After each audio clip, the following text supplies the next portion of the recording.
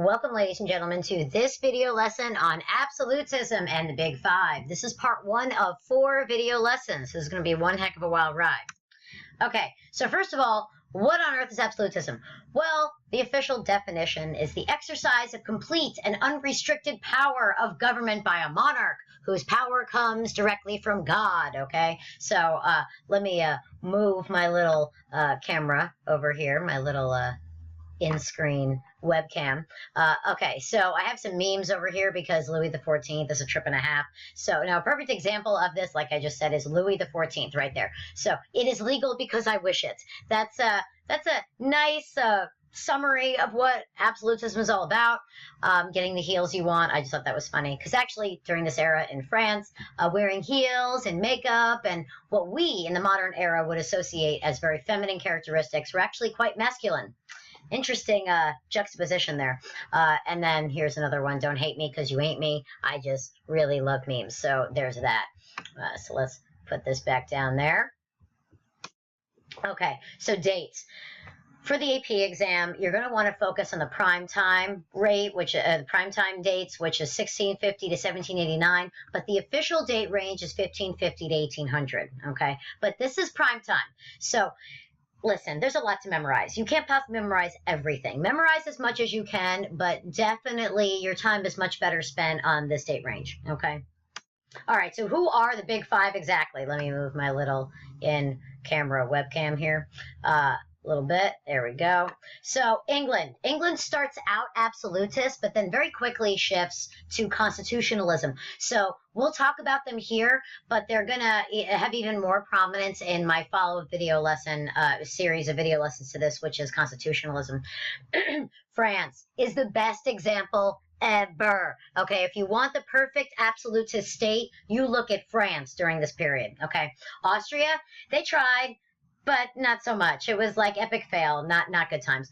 Prussia was like a mild reincarnation of Sparta with this emphasis on militarism, but yeah, nobody's knocking Sparta off that pedestal, all right? Russia did have some successes, but not nearly as successful in France in terms of this consolidation of power and this absolutist mindset. But this the concept of absolutism would have a huge impact on the eventual westernization of Russia. This was the significance of absolutism for Russia, was the westernization of it. We'll talk about Russia in part 4. All right, let's talk England. Okay, so first of all, we have the decline of absolutism entering with James I. Okay, so I'm going to talk about a little bit leading up to James I, like Elizabeth. Okay, the Stuart kings were not as good as Elizabeth. See, now Elizabeth was of the Tudor line, which if you remember in Age of Exploration, or the era European exploration, we talked about that a little bit. But the Stuart kings really lacked the political wisdom, the political gravitas of Queen Elizabeth, so they were not nearly as good as she was, those Stuart kings. They did believe in divine right of rule. They did want total control over England.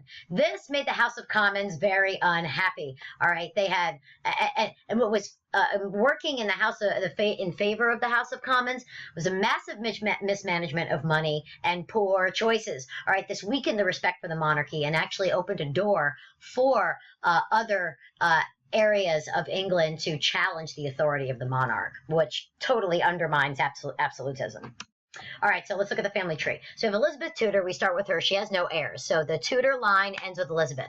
Then we start the Stuart line, the Stuart family tree, right? James I is also King of Scotland, but and England as well. He was Elizabeth's cousin. He reigned until 1625. Then we have Charles I, who's son of James I.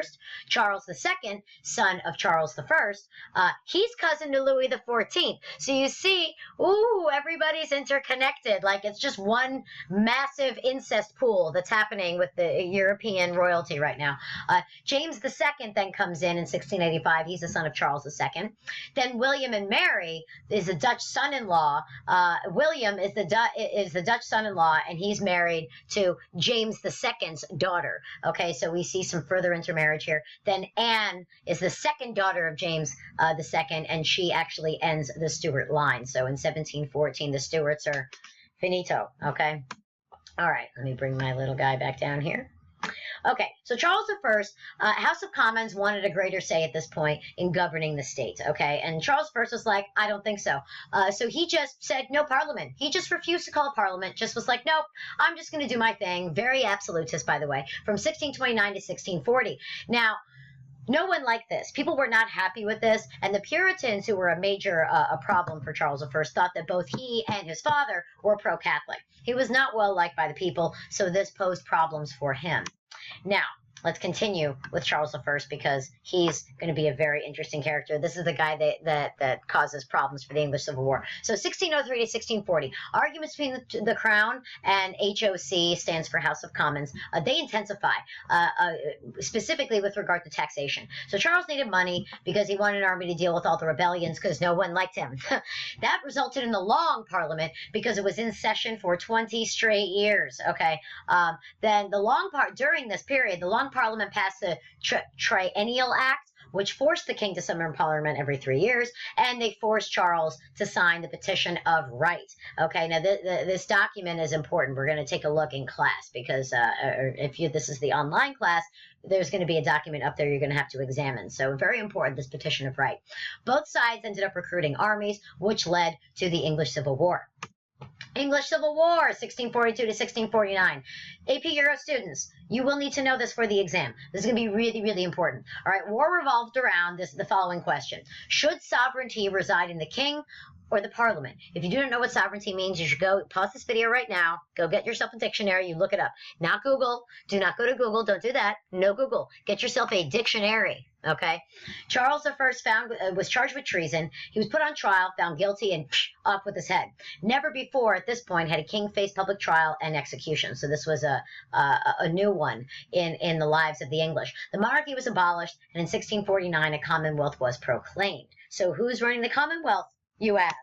Oh, Oliver Cromwell, the new model army. So a commonwealth is a government without a king whose power rests in parliament and a council of state. So the army, let me bring this down again. I'll bring it up. So the army actually controlled the government, and Cromwell controlled the army. So who's de facto dictator? Cromwell. So ironically enough, this situation was pretty absolutist. How's that for irony? Propaganda was key. The rule of Cromwell was called the Protectorate, but in reality it was a dictatorship. Okay, so they used propaganda to say, oh, we're protecting you, and we're protecting England, and we're saving it. But in actuality, this was a military dictatorship. So it was quite absolutist in how he ran it. Now, there's a lovely little picture of Oliver Cromwell. I'm going to bring myself back down there. So Cromwell was absolutist and puritanical. Okay, he allowed religious toleration for everybody except for Catholics. Military government ended when Cromwell died in 1658. Then we have a restoration of the monarchy in 1660. But this did not solve the problems. The problems of religion and the relationship between the king and parliament would continue. But that really gets going in terms of resolving those problems during the constitutionalism period, which we'll talk about in a different video lesson. All right, so King Charles II comes back, 1660, or we have the monarchy back, rather, with King Charles II. He had charm, poise, and political skills, so he was more well-liked, or at least was able to get people to like him, unlike some others in his family tree. He restored the theaters, he reopened the pubs and brothels that were closed during the Restoration, and he also favored religious toleration. He did have Catholic sympathies. This was going to become a problem for good old Chuck. All right, he passed several acts via Royalist Pact Parliament, the Clarendon Code, the Test Act, and the Habeas Corpus Act. He disbanded the Puritan army, and he pardoned all the rebels who were against them. He restored the authority of the Church of England, which caused some problems for the Puritan folks. One of the reasons why they were trying to take off and go over the New World. So Charles II had pro-French policies, which led to anti-Catholic fear.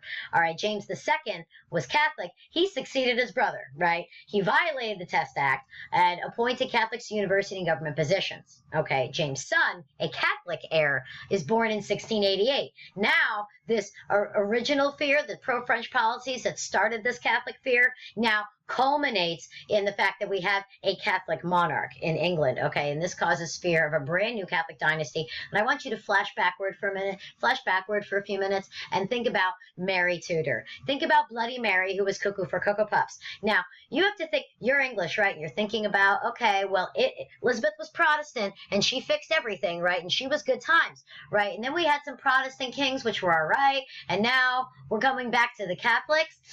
What was it like under Mary? Ooh, it was not good times. So people are freaking out now.